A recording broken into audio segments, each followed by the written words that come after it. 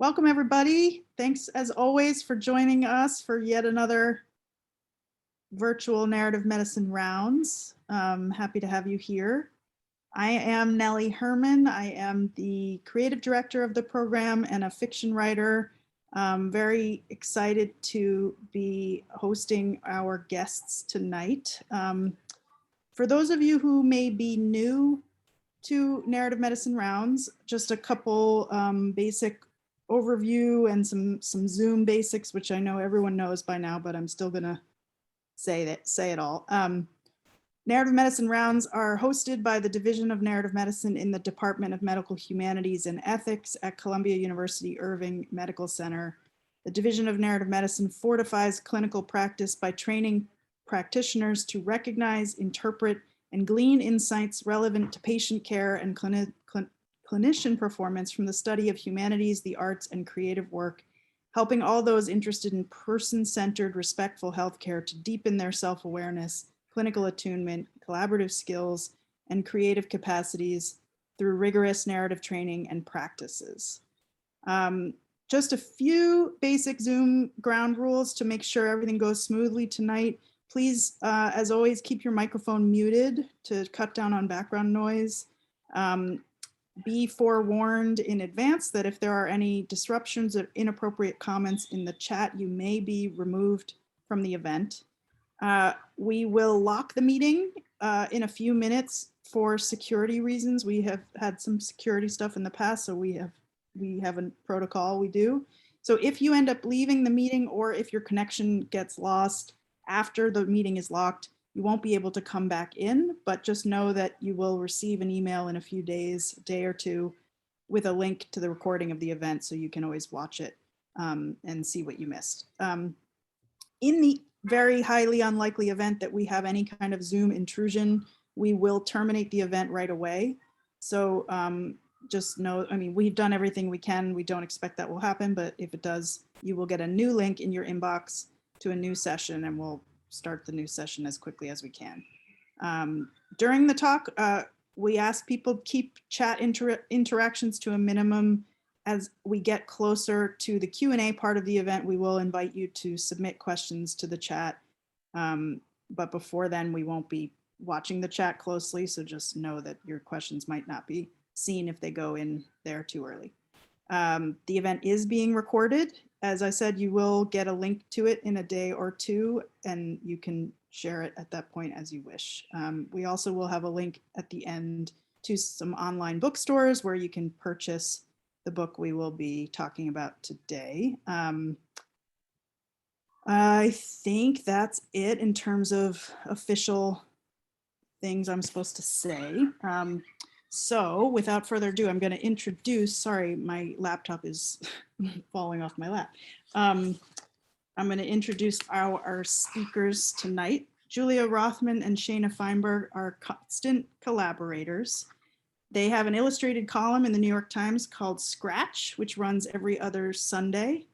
They have also collaborated on illustrated stories for The New Yorker, Topic, and other publications. Julia is the author and/or illustrator of 12 books, including Nature Anatomy, Ladies Drawing Night, and Hello, New York.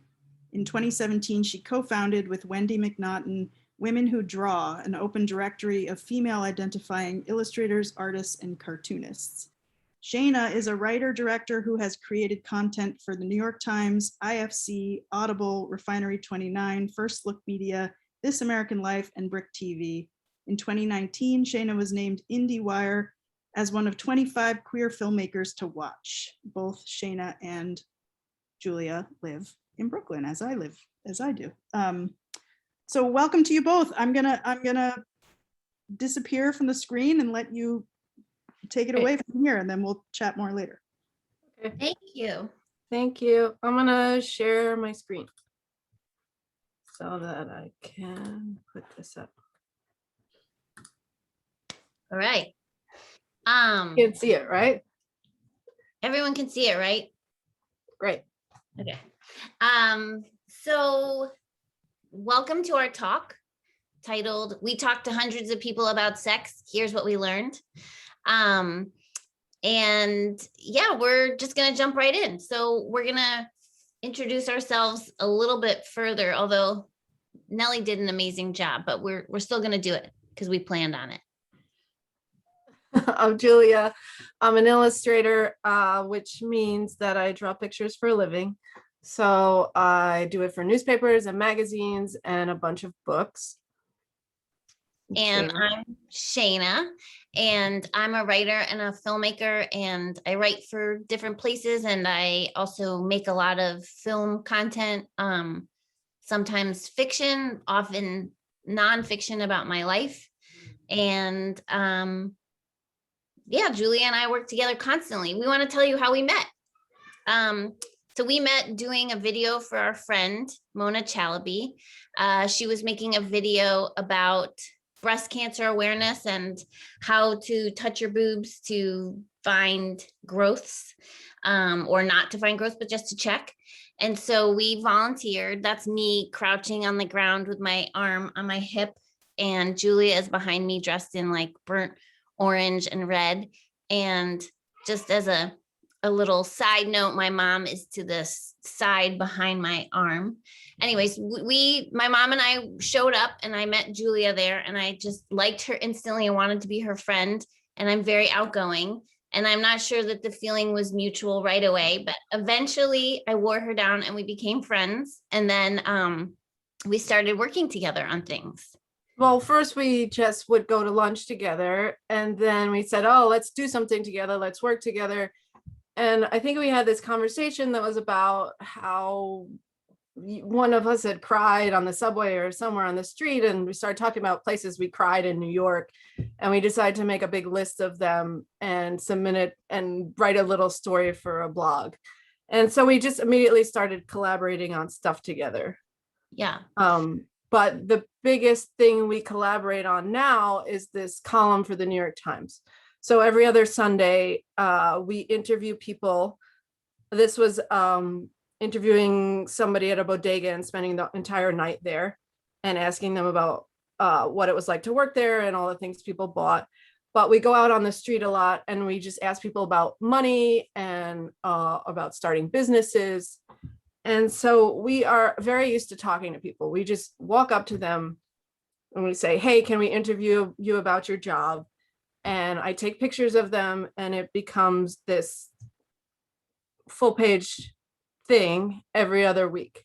So it's taken us everywhere. It's been a big adventure. This was at a turkey farm. These turkeys are happy. It was just raining, so they all squished together. It was a very humane turkey farm that we interviewed for a Thanksgiving issue. Yeah. And I just want to jump in and say, Nellie said that in the intro about the program, Nellie said something like person-centered learning. And I was thinking when I heard Nellie say that our column is sort of person-centered business. So it's like, that's what we're doing, is kind of approaching business, but from a person-centered lens or focus. These small businesses with big personalities. And that's Julia, our tagline. Yeah. That's our secret tagline. That's not actually in the paper. We wanted to do a holiday issue, and so we went to a Hanukkah candle making factory, so we could interview a butcher, baker, candlestick maker. So we're just very used to talking to people. So when it was time to make this book, that was what it was about.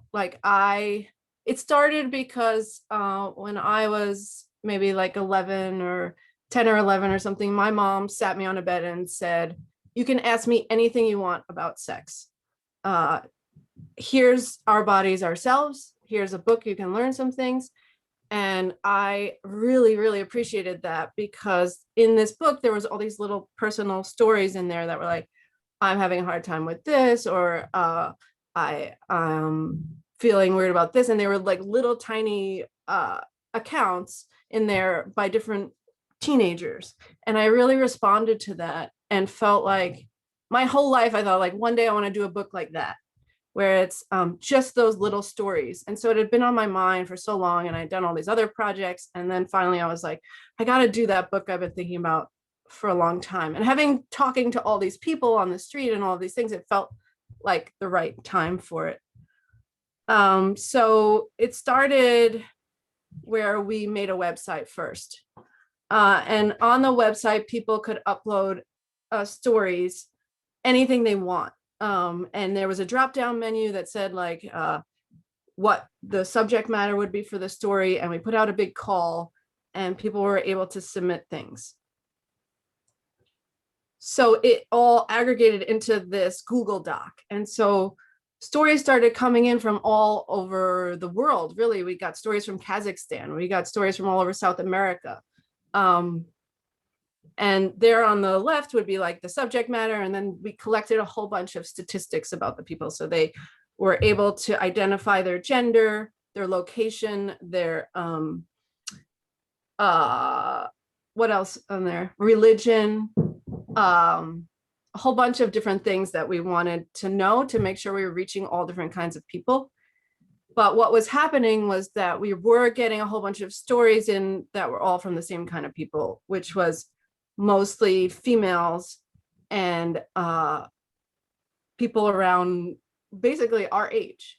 So it felt like the people who were responding to my social media were people like me and Shayna. So we decided we had to take it to the streets. And so Julia ordered this sign online that came with all these letters. And then she made a sign that said, "We are making a book. Tell us your anonymous sex stories." The sign wasn't big enough to say accurately what we were doing. We were making a book about sex stories and we wanted people to tell them to us anonymously. But the only thing that fit was anonymous sex stories. So people would come up to us and be like, you know, I have a sex story, but it's not anonymous. And we would be like, no, we just want you to tell it to us anonymously.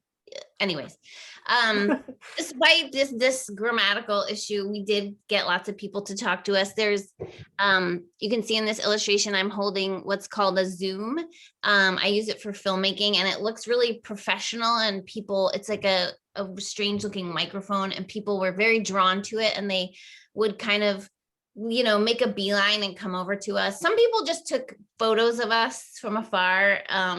But a lot of people did seek us out and just come straight to us and want to talk to us and tell us their stories. So we went all over. Oh, go, Julia. This is downtown Brooklyn, Washington Square Park. I mean, we're in New York, so anywhere in New York that we felt like we could find a crowd of people. This Coney Island. Yeah, we went to the Mermaid Parade.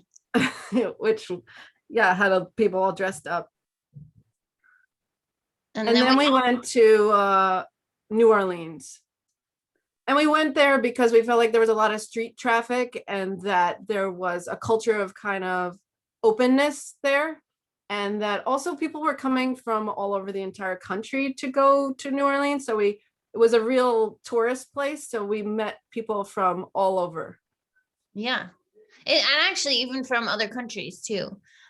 We just stood on Bourbon Street and talked to so many people. There was a point where there was like a circle of people around us just wanting to talk to us. So yeah, we just gathered lots of stories.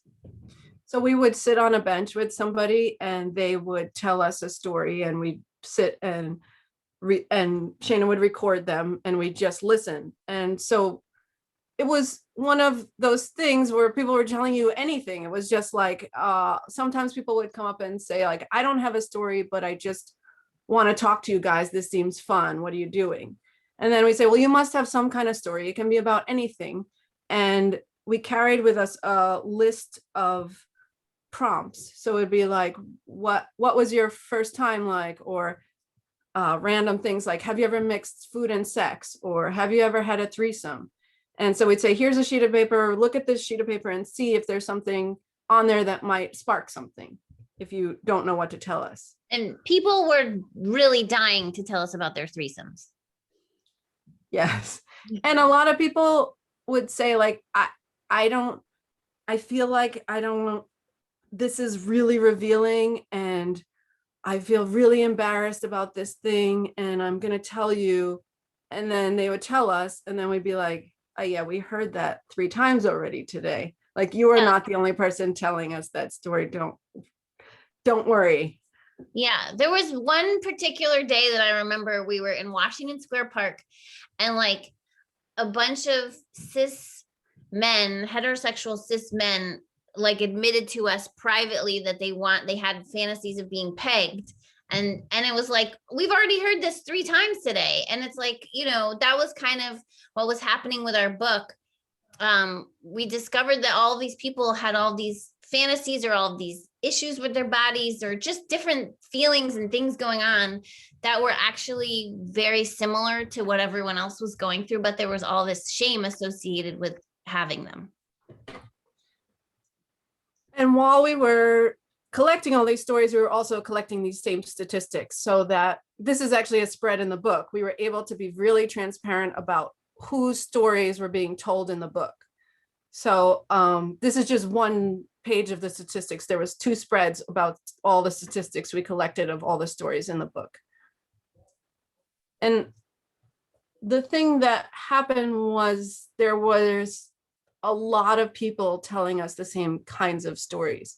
And so the topic that we got the most stories about by far was sexual assault. And they came in through the website, and they also came, in person. Like somebody would sit on a bench and tell us about how something really awful that they went through.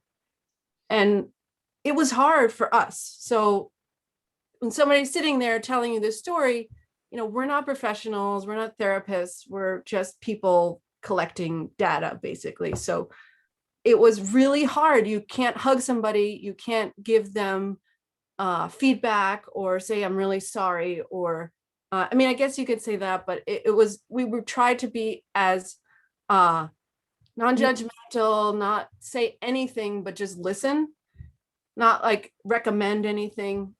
And what was the worst about that is like people felt really connected to you after they told you a story, to the point where like they would be crying and then they'd tell the story and then it'd be over and then they'd say like, now what? And you'd be like, well, thanks for telling us the story. Yeah, thank you for sharing. I remember at the time I did a lot of like emoting with my eyes. And like, I just remember being like, okay, I have to be really focused on the people and like really let them know that I'm absorbing their information and that I'm sending them back some kind of like feeling. But I didn't want to be like, I'm so sorry. We would say, thank you for sharing. But we didn't want to be judgmental. And we didn't want to offer advice. So a lot of it was very much like with our eyeballs. Just kind of like an energy that we were giving off. But so yeah, sexual assault stories were our number 1 topic that we collected. The second most popular topic that people told us about was vaginismus. And I sort of knew what it was, but I didn't know that much until so many people started telling us about this. And it is the involuntary contraction of the vaginal muscle so that nothing could pass through. And all of these people were having pain or problems so that they couldn't have sex or they couldn't do other things because nothing would let anything pass through. There was one person who talked to us from France, actually. It was a tourist in Union Square who told us they were actually going to a hypnotist because that was the last resort. Their gynecologist didn't understand or couldn't help them. So they were going to a hypnotist and looking in the mirror and had to say to themselves, my husband is allowed to enter me. My husband is allowed to enter me. And that was the process that they were doing to figure out how to get over this thing. And she confided in us, she had been married for a year and had not consummated her marriage yet because of this issue. And, so it was, it was a very intense thing that she was going through, and she wanted to share with us because she felt like no one talked about this. And so that was something that winds up a lot of people are suffering from. Which is the third thing people talk to us the most about, which is being at an older age and still being a virgin and feeling really embarrassed, having so much shame about never having had a sexual experience before. We got a lot of stories into the site about this, be it like I'm 40 and I've not even kissed somebody, or I'm 28 and I haven't had sex before and I don't know what's wrong with me. I'm 30, all these different ages onward from like about 25, where people felt really embarrassed and so much shame and felt like they couldn't talk to their friends or anyone about how they had not experienced that. And I mean, this was, for us, I feel like it was pretty surprising. I mean, because I don't see it talked about that much. And, I read a lot of women's blogs and things. And you'd think things like this would come up, all of these things. And there just aren't that many people talking about these things. I don't know if it's like, these are the things people are coming to talk to us about. So is it that a lot of people have this thing and there's just so many, and that's why we had this talked about with us the most? Or is it that people really want to talk about this thing? So those are the people that talk to us. And I don't know, it's probably both. But we got positive, really happy stories as well. And those were so fun to listen to or read. And Shayna is going to actually read one of them. This is one of our favorite stories from the book. Yeah, whenever we would find ourselves talking about the book, we would always kind of paraphrase this one. So I'm going to read it. Okay. So I had my first gay sex experience at 67 years old. This is a true story. I grew up with a very repressed sexuality. I did not date in high school and barely dated in college. I had kissed only one girl. I always wondered if I was gay, but I didn't have a conscious attraction or desire for men. I realized from the vantage point of 70 years that the Catholic seminary was the perfect place to run away from my sexuality and fears about intimacy. But as has been the case for countless others, things caught up with me and I left after my first year of graduate school. In school, I met a woman who was 11 years older than me.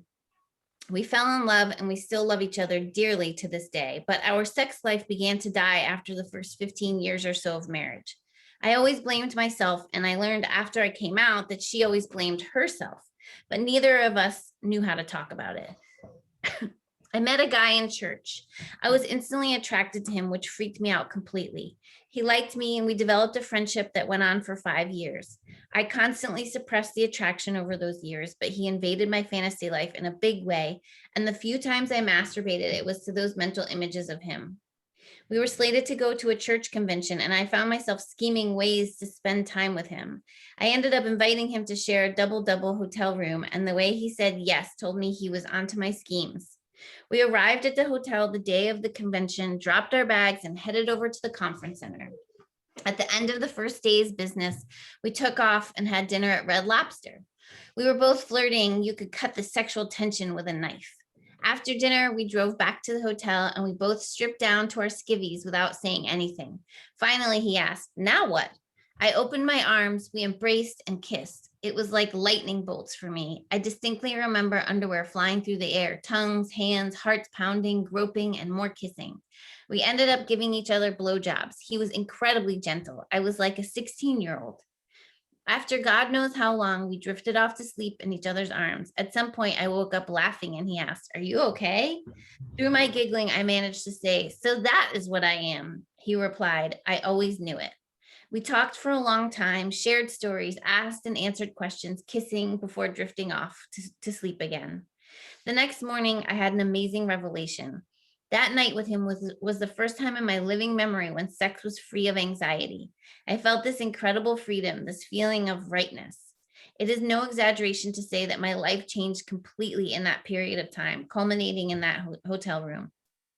I cherish that memory and I cling to my newfound identity as a gay man who struggled for decades to emerge from a self-imposed cocoon of repression and suppression.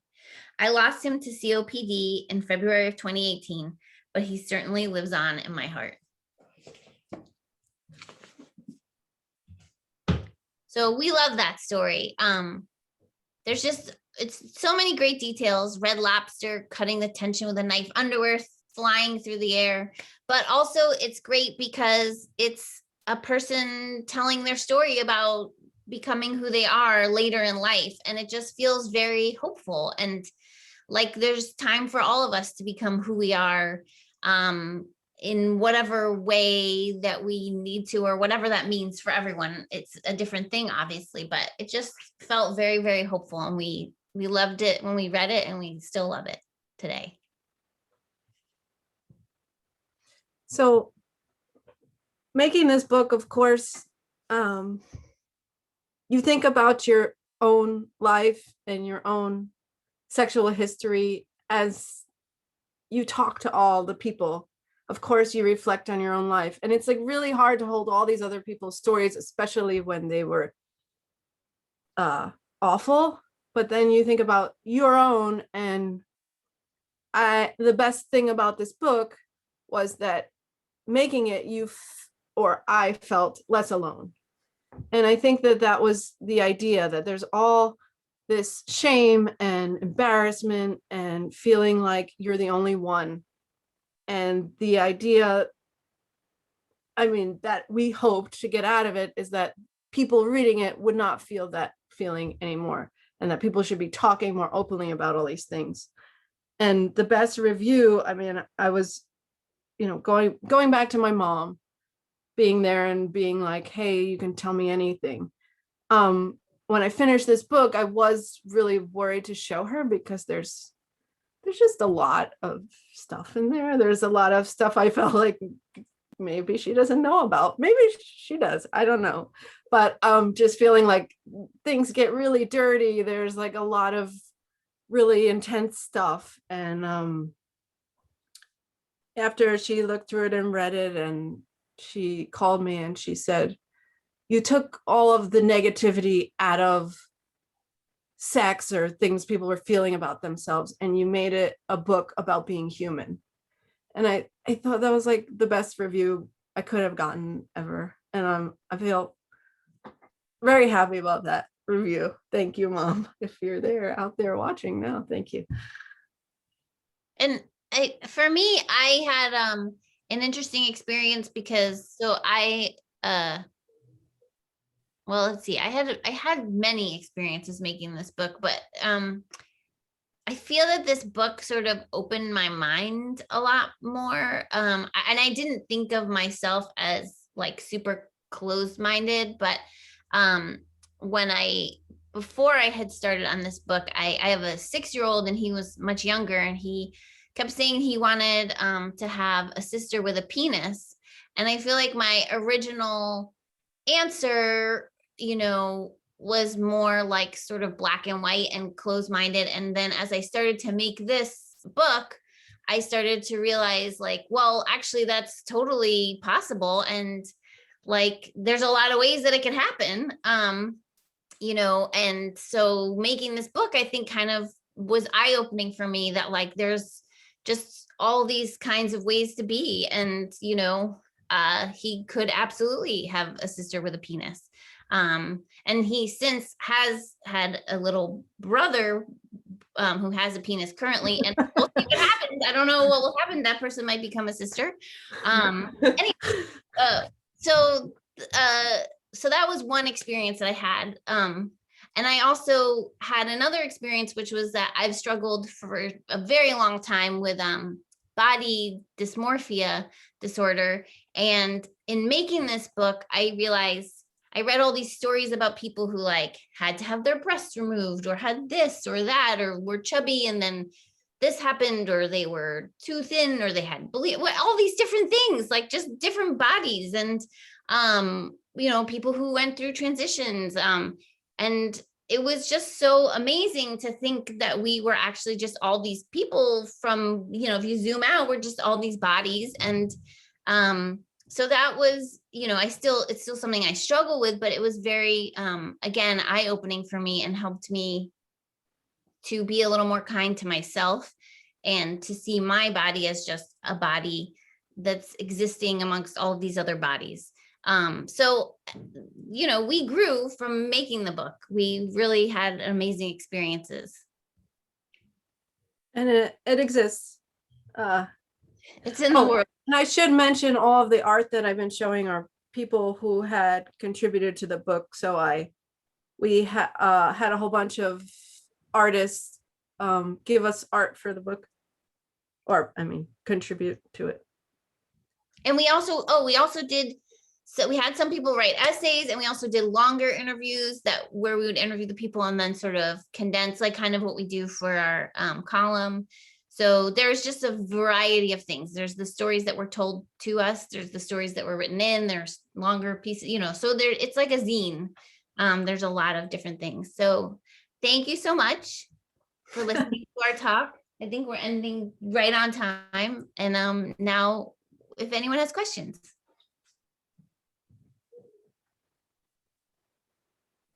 So thank you both for that. And I just unmute. Oh, there I am. Should I not share my screen now, or should I leave this? Oh, I don't know. Good question. I guess you can drop it. You can drop it out. We can reshare if it becomes irrelevant. Great.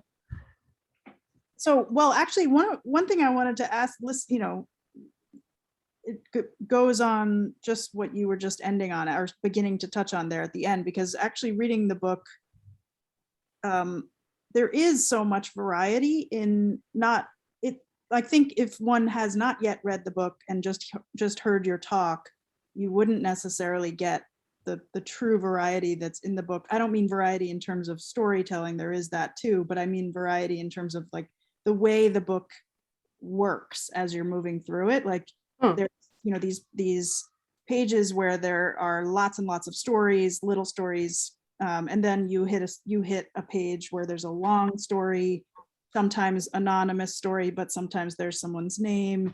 Then there's like wonderful full comics that take multiple pages. And anyway, I wondered if you could tell us a little bit just about the decision making that you made in terms of all that different variety. How did you get the longer stories? How did you decide what art to use? There's so many artists represented in the book.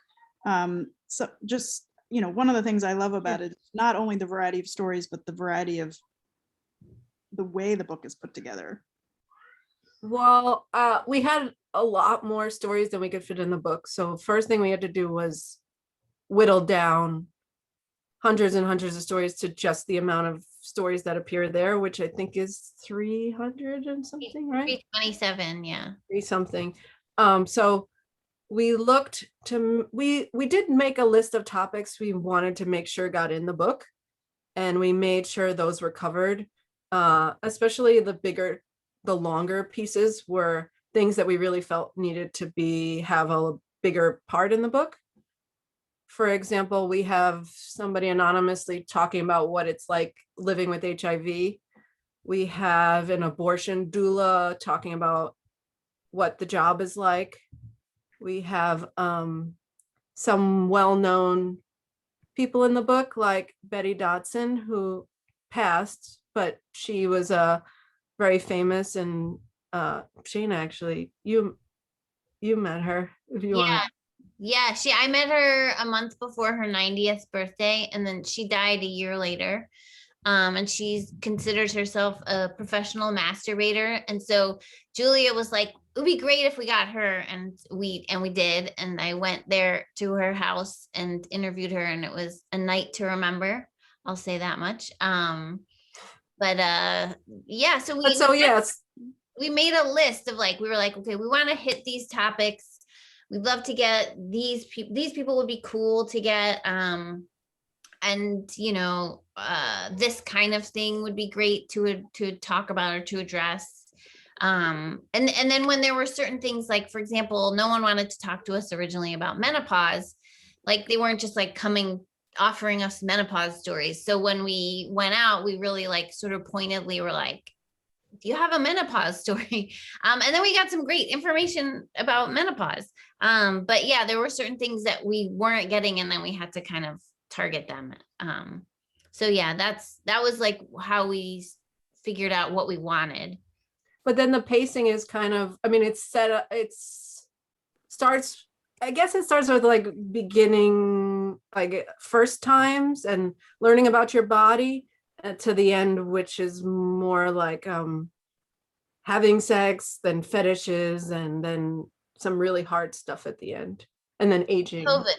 It kind of supposed to be like a lifetime setup. Oh yeah, it ended on COVID. That's true. The book, we handed in the book right when COVID hit, and we were like, please, can we just try to get some stories in? And we'd already handed it, and it was going through the process of getting edited, and they were like, oh, okay, fine. So we like hurried and got like a handful, maybe like 8 or so stories from COVID times. And then the art, I mean, the art existed. It was all existing art, and we paid the artist to just use it in the book.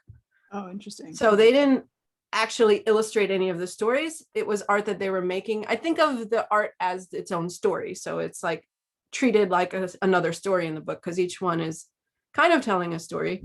And I found them just by knowing them through the world of illustration and feeling like I could hire all my favorite people out there.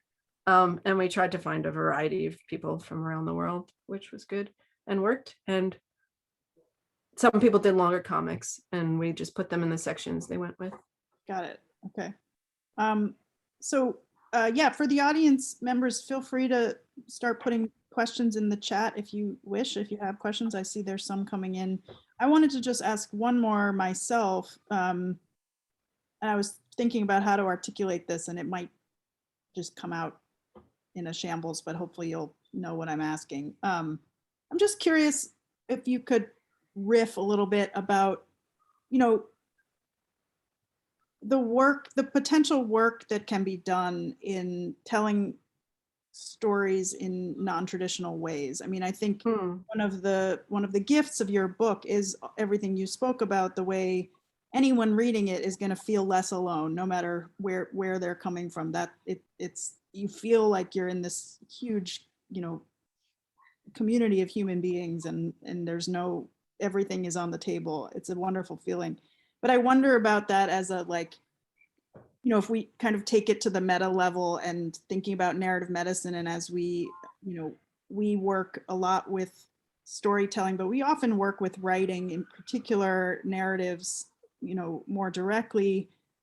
And I don't know, again, I don't know quite how to articulate what I'm asking, but it seems as if both of you in your work, not only in this book, but in the rest of your work as well, are really kind of trying to make that same space for other people through your art. So it's kind of a question about art making possibilities for community.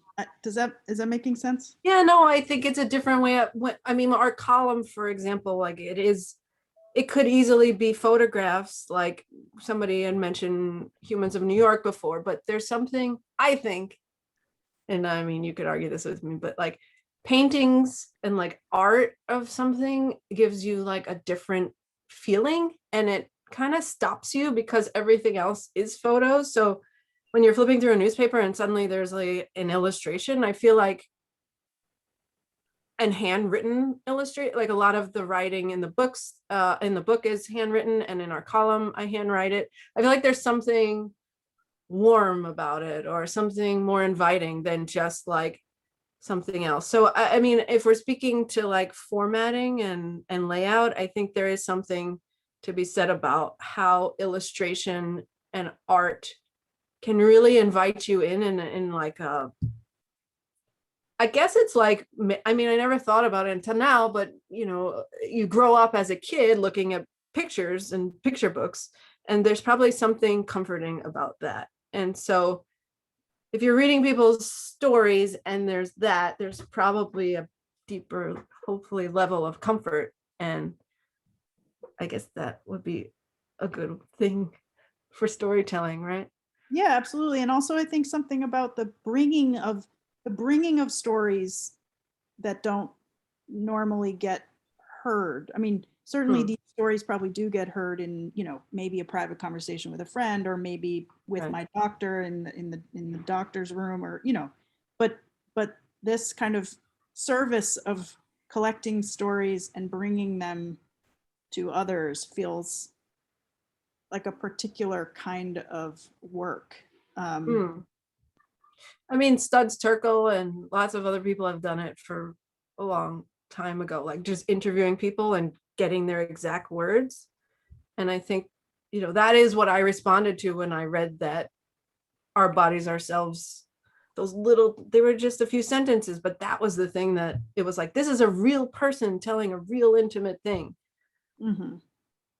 I think that's what, like, for our column too, or for a new book we're working on, like, that's what, we think of ourselves in a way, like we're sort of like anthropologists or whatever, like we're sort of like out there, like just gathering some information, and, not, like you can go out and have some idea in your mind, but then once you hit the streets or talk to people, like it's might not always be the thesis that you had in mind. Right. Yeah. Well, now we're getting all kinds of questions. So let me just start pulling some from the chat. And then forgive me, those of you who I see we have at least one request to ask verbally. So I will, but I'm going to, for the interest of time, I will read these questions rather than asking you all to unmute. I might make an exception for Gio Geller, who really wants to ask verbally, but otherwise I'm going to just read, and I hope that's okay for everyone. But so Coco asks, did anyone follow up with you after telling you their stories about how they felt after, if the process of sharing the story was itself transformative? Yeah, a lot of people after said it was so therapeutic, or that felt so good. Definitely. I mean, most people said that right after they told the story. Yeah, But then some people wrote in. Contacted us afterwards about it, saying that it had really helped them and felt good to like share this information and get it off their chest. Yeah, I was thinking when you were speaking that probably the anonymous factor, when you were saying like, I wonder why these were the stories that got told to us most often, and it probably, the anonymous factor had a lot to do with that, I would think. Mm-hmm. Anne Cunny, hi Anne. I wondered how often people thought their sexual story was a medical issue. Did they speak about how they approached finding help from their healthcare providers? Was there shame, embarrassment? Were they helped or dismissed? Mm-hmm. I think with the vaginismus, a lot of people talked about how they went to a gynecologist, or I remember one particular story where somebody told their gynecologist, and their gynecologist told them that they need to just relax. There's nothing wrong with you. And that they had to seek out another, they only knew that it was a real issue because they heard it on a podcast. And that was the one that was the most about medical. I don't know. I don't remember any others. Shayna? Yeah, I don't remember. That was the one that really stuck with me. I mean, for the most part, people didn't talk about going to their doctors with their Issues, yeah. Yeah. At all. Yeah, that's interesting. I'm sorry, there's a loud plane. Anna Fenton Hathaway says, I love the notion of this becoming a book about humans, Julia's mom, or about bodies, Shayna. What were the binaries that were exploded fastest or most lastingly for you, for each of you? Male, female, fat, thin, hetero, gay. Were there any binaries that seem either sturdy or useful to you after this experience? That's an interesting question. I feel like they were all exploded. I mean, I think the one, I guess, is race not a binary because there are so many different kinds of race. But that one stayed pretty much like people had stories about dating and race that were very interesting and in some ways it felt like, oh, this is terrible that this is still happening. But pretty much every other thing felt like, oh, this doesn't, we don't need these delineations, the male, female, fat, thin, hetero, gay. Those things definitely got, mushed together. I mean, and in the book, we debated whether, very only a tiny bit debated whether we were going to put people's stats under the stories, like age, not their names because it was anonymous, but their stats we had collected about their age and location and all of those things.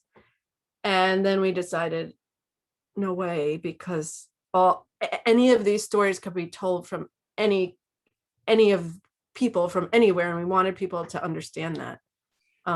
That it was so all of these things like shame, guilt, and fun and happy and all of the things that people go through are so universal, like that even if you're, this type of person or that type of person, didn't matter, you could still relate to it. Yes, that makes a lot of sense. Rita asks, if one of us at the medical center wanted to learn about people's experiences of sex, we would do a study with informed consent and safeguards for the subjects to prevent any kind of risks or troubles that might be associated with telling private things to strangers. I'm wondering how you dealt with your own responsibility to the people who told you these stories, and some quite traumatic stories. Also, I think you collected their names and contact information, or at least where they live. Did you in some way demonstrate to the subjects that you would not misuse the private information? Did the subject know you would be publishing their words in a book?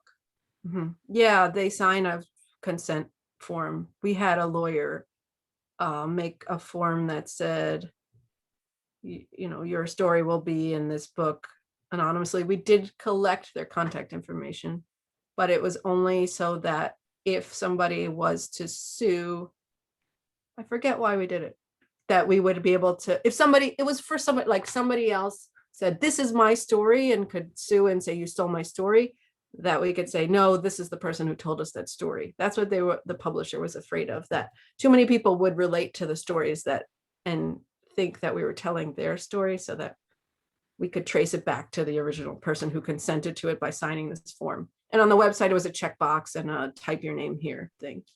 But So everyone people, knew that we weren't going to be publishing their information or doing anything with their personal information. yeah. But as far as responsibility as like humans, I guess we talked about that. We just tried to be like as non-judgmental and just listen and not say anything as much as possible. Yeah, that's interesting. I Did the think best we could. I feel like, there was one time somebody sent me a email directly to my email with a story that was really, really hard to read. And I couldn't sleep all night thinking about what I could write back to this person. And I wound up just writing, thank you for sharing your story. I really appreciate it. But I wanted to write so many other things to tell them all the things I felt about that, what they had said. And it felt like you can't do that. I wanted to be like, here, go to this therapist, but can't do that either. We do share resources, like in the mental health section, we say, like, if you're having any of these issues, you can go here. So we are pointing people in that direction if they want to be pointed in that direction. Yeah, I think we could easily open the door here to a much larger conversation about just like our responsibilities to one another. I'm sure you all have been seeing all this discourse lately about making art, and can we use other people's stories in our own work, and all these things that, like, right, there was just a New York Times article about that. Yeah, I saw that. Everybody's just off the chart talking about this. So there's I think this is a really interesting and large subject in and of itself. But anyway, the next question is actually sort of related to that. But Janet DeGroot says, I love your enthusiasm for the project and openness to discovering new experiences. What do you think allowed people to talk to you, having not ever talked to anyone, including a therapist? Shayna is like, I'm really shy, but Shayna is a person who's just like, hi, and really unintimidating. I feel like you're so easy to talk to and warm. And I feel like a lot of that, of people being able to talk to us, was because of who you are. Which Oh, I'm so thanks, grateful Jill. for having you as a collaborator for that. Because I feel like I mean, I'm warm, but I'm not that warm. I'm like, oh, hey. And she's like, hi. Blah, blah, blah. I feel like you are really good at talking to people. Well, I think also the thing is though that people want to talk and they so I always joke that I was raised by a gang of therapists because my dad, my sister, and my brother-in-law all were therapists, or are therapists, depending on whether they're alive or dead now. But so I grew up like I just talked about things and felt better when I talked about things, and that's what I do with my filmmaking as well. And so I genuinely feel that people want to talk about things. We never forced anyone to talk to us about something that they didn't want to talk to us about. And so often people were like, I've been carrying this story around since 1978. Like there was a person who said that to us. Yeah, a lot of people said this is the first time I've ever told anybody this. Yeah, and like they just wanted to break that seal. And so it was a real honor to be the people receiving that. And someone asked, I'm sorry, I jumped ahead, Nellie, but I did see that someone asked, how did you deal with your own mental health? And there were times when it was like, for me personally, I would max out. It was like I would have like, okay, we want to get this number, we want to talk to this number of people, there would be moments, it was like my filter would get dirty and I was like, okay, now I have to like go away, and then we did enough today. Yeah. Yeah. Well, we had each other too, so it was like, oh, that was really hard, and then we'd get to talk about it with each other. I think if one of us was doing it alone, it'd be a lot harder. Yeah.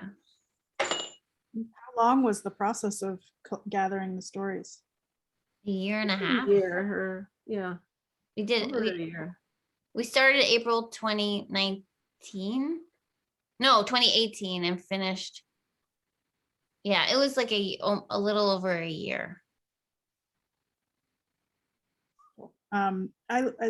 Another question that I think is a really interesting question, Aurora Sullivan, thank you for speaking with us. What would you say is notable or particular about stories so connected to embodiment? Is there something to be said about what makes these stories particular? I don't know what that means. It's connected to embodiment. Like Yeah. our bodies. The body, yeah. Oh. Well, I think that we all have bodies, and so that's something that we all share, like if we were just doing a book about like being Jewish from New York, like obviously that's only a slice of the population, but like everyone on the planet has a body in some form or another. So I think maybe that's, makes it really special, is like not everyone obviously is going to relate to this book, but everyone does have a body. And we don't get asked a lot about our bodies, I think. I mean, except to the doctor perhaps, but right.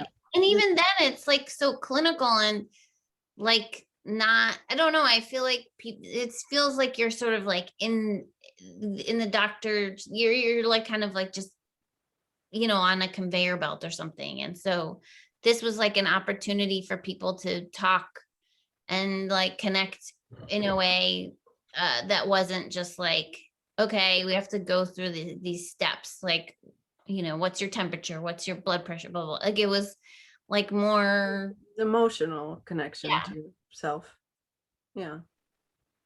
Yeah, maybe people say that phrase mind body. I don't know, that it's both those things instead of just body. Before people leave us, do you want to tell people a little about your new book project? Sure. I mean, I was happy to learn about it.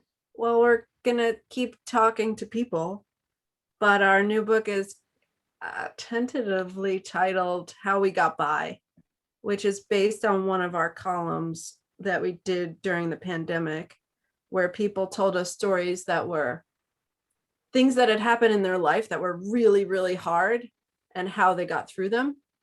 And when we had that column come out, it was like a most popular column in the Times, and it had a lot of people felt connected to it and felt like it was really inspiring for that time. And we were like, well, why don't we do this as a bigger project? Because it was really nice to hear those stories and feel hopeful. So the book is a collection, and we're doing interviews now. If anybody wants to be part of it, contact us.